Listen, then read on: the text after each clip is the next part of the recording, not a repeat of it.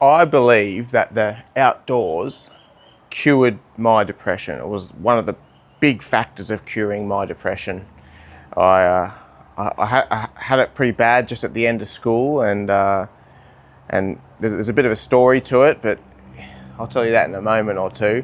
But yeah, the great outdoors, it does something to you. You're not locked in a box all the time, and you're not in a man-made structure, or in my case, sitting in front of computer screens all day. It's a similar feeling like when you've done a hard day's physical work, whether it's outside or inside, and then you go to bed and you lie down in bed, and slowly your body relaxes and this feeling comes over you, and then you fall asleep. I personally get the exact same feeling. When I go outside, I get out of the box, get out of the house or wherever I am, and I get this feeling come over, not quite goosebumps, but just this feeling of like relax, and my mind widens and the stress just leaves my body, because the world out here is bigger than me. I can't control the plants, the wind, the rain, the weather, the sky, the water. I think it's a big reason why people move to the coast, because there's just this massive body of energy and water sitting right there in front of you, and you can't control it. And it's just bigger than you. I'm sure there's a word for it, but it's something bigger than you, and your kind of problems don't really matter when you go outside anymore, because that's just the way it is. So I didn't figure this out overnight. I had a bit of a story to go with this. It all started probably at about year 11, year 12, last year of school. Probably the last year of school, and I was struggling. I didn't do too well at school in general. Like the bookwork and the way it was taught was probably not for me. I prefer like hands-on learning, and it was just all getting real stressful in that last year of school. The teachers were pushing a bit harder. You had to get ready for the trials, and then you had to get ready for the exam, and everyone's in your ear. What do you want to do? What do you want to do with your life? And I'm like, I don't know. I'm bloody 17, bro. Like, I don't know what I want to do with my life. I need time to figure it out. I'm not figuring anything out at school. You're giving me like 5 subjects a day to figure it out, and then I go home and I have to do freaking homework, and I still got no time to figure it out. I just figure it out on weekends. Weekends are just trying to not be at school. So that was all the pressure was building up for me, and it was, because if I don't have it figured out, then I don't know what uni course to choose, and I'm not just going to choose any uni course to go into, because it's a huge amount of debt and 4+ years of your life down the toilet if you choose the wrong one. So it wasn't for me, and it was just too much pressure for me, and I was just sitting there in class, and everyone else is doing their studying and stuff, and the pressure's just building up and building up and building up, and I wasn't talking to anyone, and just every so often I'd freaking lash out, and I couldn't handle it anymore. I couldn't handle it, and then we started to go and see counsellors, and I'm not sure they really understood why. Then I went to see like a GP doctor, like the family GP doctor, and they're like, oh, what's going on? Like there's some like chemical thing in my brain wrong.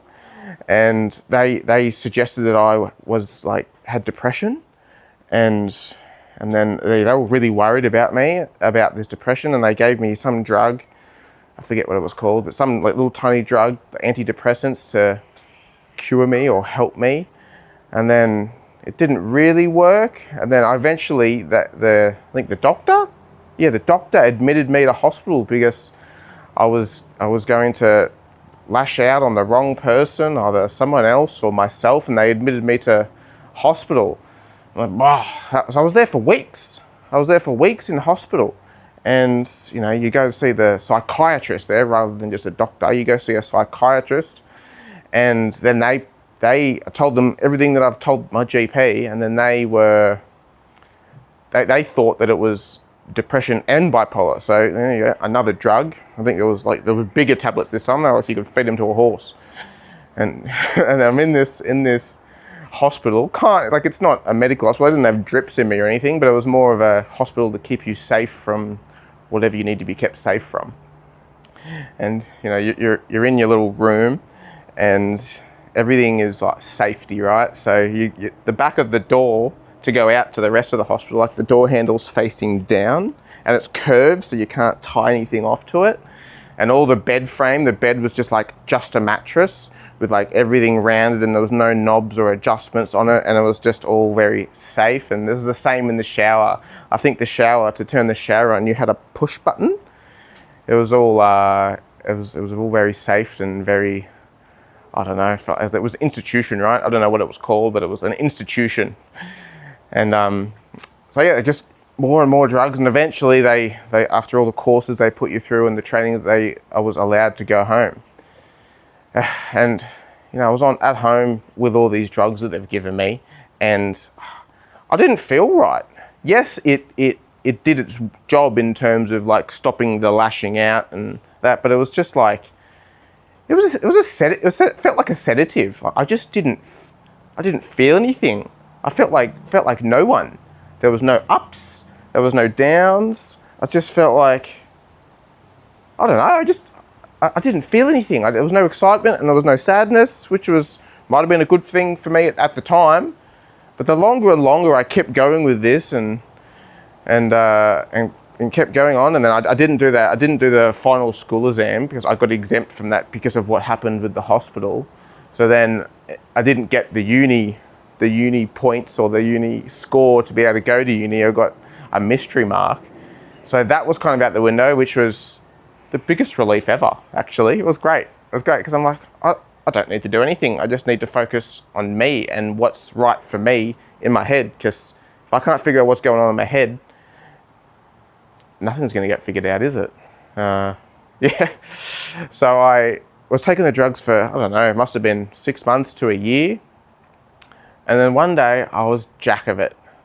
And I think my parents went away at the time, and I was home alone, but still working. I was working like a full-time job at the local retail place, and I just stopped taking them, which is, if you know these drugs, you shouldn't do that. Just stopped taking them because I was sick of feeling nothing. So yeah, stopped taking them, and you know, I felt some strong emotions after that for a week or two. Strong emotions, but I was so determined that I knew that I wanted to stop it, and I knew that I wanted to do it my way and be in control rather than external factors controlling what I shouldn't do. And I think that's what got me through. I got through the emotions and the brain chemistry, however those drugs work, flattened out to a more manageable level. And that's when I started exploring different things to try and feel human again, because I was sick of being in a box, like in the classroom, or being indoors at my work that I was working at the retail place. Just, you know, it's fluorescent lights and nothing, everything's man-made, nothing that's natural. It wasn't good for me. So I booked a trip. I had a Volkswagen Beetle, 1970 Volkswagen Beetle, manual, the engine in the back, and it was hot pink. It was an awesome car, but it leaked like a sieve. It almost used more oil than it did fuel.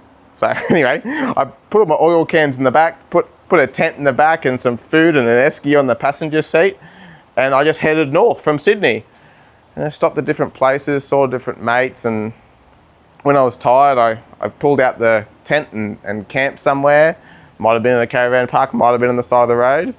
I might have just slept in a service station car park too one time inside the car, because I was tired. And then I just kept going, and I think I went for 2 weeks or so. But I think that was the point that actually cured me. I was out, it was just me and nature and my car, and I could just figure stuff out. I guess that's why people always say that you really find yourself when you travel. I've never really been all for overseas travel, but now that I'm actually talking about it, I can see why people do it. But this was my trip. Went all the way up to Queensland, like sort of Brisbane area, then turned around and then worked my way back. I had next to no money. I was like waiting for my annual leave pay to come in my fortnightly pay. I'm like, oh sweet, yep, I can go get some dinner tonight. I'm sitting there by my phone. Anyway, I had no money and I just went and did it. And just being outside was really special. It was something, I don't know, higher power. I don't know, but it was, so the energy in the outdoors, it fixes people. Well, it fixed me. It might fix you. I don't know.